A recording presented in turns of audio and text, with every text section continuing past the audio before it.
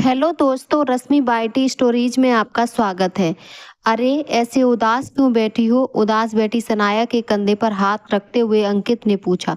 अपने मने भाव को छिपाते हुए सनाया हड़बड़ाकर उठी। कुछ नहीं, ऐसे ही बैठी थी।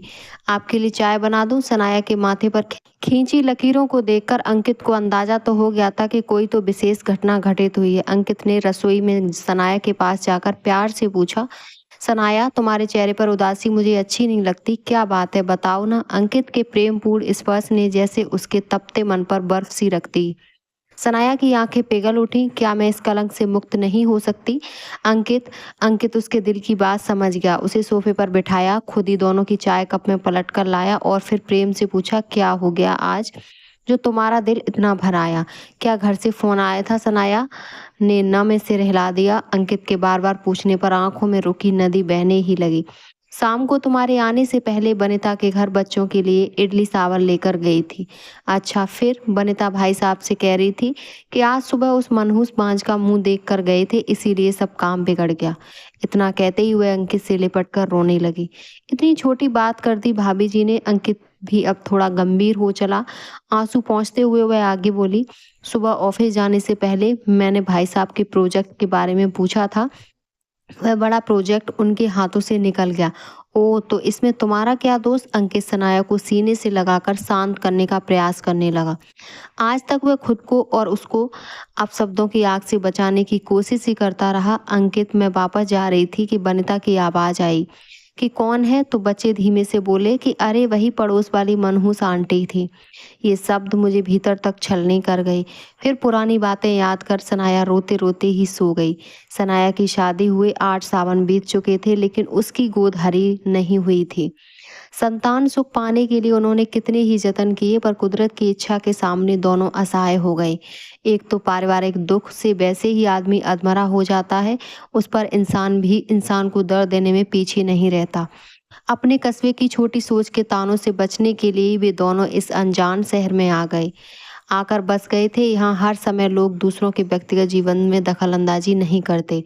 निजी जीवन में अधिक ताक झांक से मुक्त वे दोनों शांति से जी रहे थे, लेकिन इस घटना ने उनका यह भ्रम भी तोड़ दिया। इस घटना के बाद से सनाया ने बनिता से बोलचाल बंद कर दी। उसके मन में घृणा के अंकुर फूट चुके थे।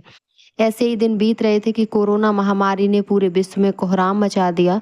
लॉकडाउन की जीवनचर्या ने अवसाद को चरम पर पहुंचा दिया। चार दीवारी के भीतर घुटन के छड़ों से कुछ मुक्ति मिली थी कि कोविड की दूसरी लहर ने महाविनाश शुरू कर दिया। बोरियत से बचने के लिए सनाया ऑनलाइन हॉबी क्लास में अपना समय व्यतीत करती थी। उस समय अंकित वर्क फ्रॉम होम के कारण घर पर ही रहता था। एक दिन शाम को घर की घंटी बजी। इस समय कौन होगा, यह सोचते हुए अंकित ने दरवाजा खोला। बाहर बनिता का पति पारस बहुत अधिक परेशान मुद्रा में खड़ा था। क्या हुआ भाई साहब, सब खैरियत? अंकित ने उनकी परेशानी की रेखाएं पढ़ते हुए पूछा। भाई साहब, बनिता का ऑक्सीजन लेवल बहुत डाउन हो गया है, उसे अस्पताल में भर्ती कराने जा रहा हूँ। अरे जल्दी कीजिए, बताइए मैं भी चलूं? अंकित ने अपना मास्क ठीक करते हुए कहा। पारस ने हाथ जोड़ते हुए कहा, भाई साहब घर में दोनों बच्चे अकेले हैं, आप और भाभी जी उनका ध्यान रखिए। जी जरूर, आप निश्चिंत रहिए, भाभी जी को जल्दी अस्पताल पहुंचाइए। अंदर सनाया दोनों की बातचीत सुन रही थी। पारस के जाते ही उसने तुरंत अंकित को टोका। आप भी कितनी नासमझ बनते हैं। बनिता को कोरोना है, घर के सभी सदस्य संदेह के घेरे में हैं। हम क्या मदद कर सकते हैं? अरे ऐसी समस्या आई है, मदद तो करनी ही होगी। अपनी दुनिया भर के रईस रिश्तेदारों का गाना गाते हैं, उन्हीं को बुला लेना। तुम भी कैसी बातें करती हो? इस लॉकडाउन में कोरोना के डर से कौन रिश्तेदार आ जाएगा? सनाया का तो रत्ती भर मन नहीं था, लेकिन अंकित की नाराजगी के आगे उसकी एक नहीं चली। वह फोन पर पारस से कुशल क्षेम पूछता। वह भी अंकित को बिल्कुल पसंद नहीं आ रहा था। 2 दिन ही बीत पाए थे कि पारस की रिपोर्ट भी कोरोना पॉजिटिव आ गई। अब तो स्थिति बहुत खराब हो गई। कोई रिश्तेदार मदद को आ नहीं पाया। उनके दोनों बच्चे देव और सई की देखरेख की जिम्मेदारी अंकित ने ले ली। सनाया कोई ऐसा फूटी आंख नहीं सो रहा था, इसी कारण दोनों के बीच तल्खियां भी बढ़ गईं। सनाया जब भी दोनों बच्चों का खाना पैक करती तो उसके घृणास्पद हाव भाव से अंकित का मन खिन्न हो जाता। वह बनिता को निशाना बनाकर कुछ न कुछ बड़बड़ाती ही रहती। इसी कारण बच्चों की रिपोर्ट नेगेटिव होने के बावजूद अंकित उनको घर नहीं लाया। अंकित ने अगले दिन स्वयं पर नियंत्रण करते हुए सनाया से बच्चों को घर लाने का अनुरोध किया।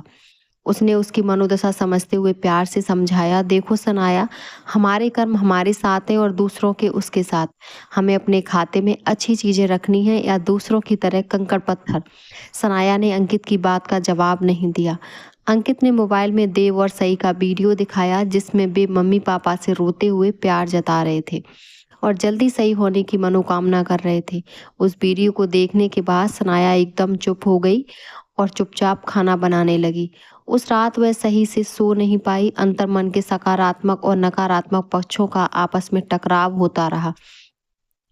इसी द्वंद में वह कब सो गई उसे पता ही न चला। सुबह पता चला कि वनिता की सांसें उसका साथ छोड़ चुकी थी। सनाया को दिल में धक्का सा लगा। वनिता और उसके परिवार के सब सदस्यों के चेहरे एक एक करके सामने आते और उनके अंतस को उदेलित करके चले जाते। पारस के बड़े भाई साहब आ चुके थे। देव और सई की रोने की आवाजें बाहर से ही सुनाई दे रही थी। सनाया ने बिलखते हुए बच्चों का रुदन देखा तो अंदर तक सिहर गई। 9 साल का देव, 4 साल की सई बिना माँ के कैसे रहेंगे, वह सोचते ही रही। काल की क्रूर आंधी यही नहीं ठहरी। 2 दिनों बाद ही पारस का भी हृदय गति रुकने से देहांत हो गया। इस खबर के साथ ही सनाया का दिल बैठ गया। अचानक से हुए इस घटनाक्रम में अति चलचित्र की भांति उसकी आंखों के सामने चलने लगा। वनिता और पारस के साथ बिताए स्नेहपूर्ण 3 सालों के दृश्य आंखों के आगे आते और धुआं हो जाते। बस एक दुर्भावना ने इस सौहार्दपूर्ण संबंध को फीका कर दिया था। बच्चों को अपने माता पिता से आखिरी समय मिलना भी नसीब न हो सका। संवेदनाओं में डूबी सनाया निकलते बैठते खिड़की से वनिता के घर को ही ताकती रही। शाम को उदासी भरी खामोशी तोड़ते हुए उसने भरी आंखों से अंकित को देखा और कहा, अंकित, वनिता के परिवार पर जो बीती उसने मेरा मन बहुत झकझोर दिया। क्या कर सकते हैं हम सब बेबस से। अंकित ने आंखें बंद करते हुए कहा। अंकित, मैंने बहुत सोचा तो पाया कि अब उन बच्चों का कोई भविष्य नहीं। सनाया, ज्यादा परेशान मत हो, हमारे बस में कुछ नहीं। सनाया चुप हो गई। क्या कहना चाहती हो तुम? क्या हम उन दोनों बच्चों को हमेशा के लिए अपने पास नहीं रख सकते? अंकित यह सुनकर अवाक रह गया। सनाया की तरफ से इतने बड़े फैसले पर उसे विश्वास ही नहीं हो रहा था। कानूनी तौर से हो पाए या नहीं, लेकिन मैं उन दोनों बच्चों की जिम्मेदारी पूरी तरह से उठाने को तैयार हूँ, उनकी माँ की तरह। आप घर वालों से बात करके देखिए। अंकित एकटक सनाया का ममता भरा चेहरा देखता ही रह गया। सनाया की आंखों से करुणा का झरना फूट पड़ा था जो उसके पथरीले विचारों को पूरी तरह भिगो चुका था। आज तो अंकित की आंखों में भी पानी की बूंदें उतरने लगी। समय की गर्म आंच में सनाया के मन के सभी बुरे भाव जल चुके थे। अब उसके आंचल में केवल ममता ही ममता भरी थी, जिसने उसे 2 बच्चों की माँ बना दिया था। उम्मीद करती हूँ मेरी कहानी आपको पसंद आई होगी। अपना विचार कमेंट बॉक्स में ज़रूर बताएं और हमारे चैनल को सब्सक्राइब करें। धन्यवाद।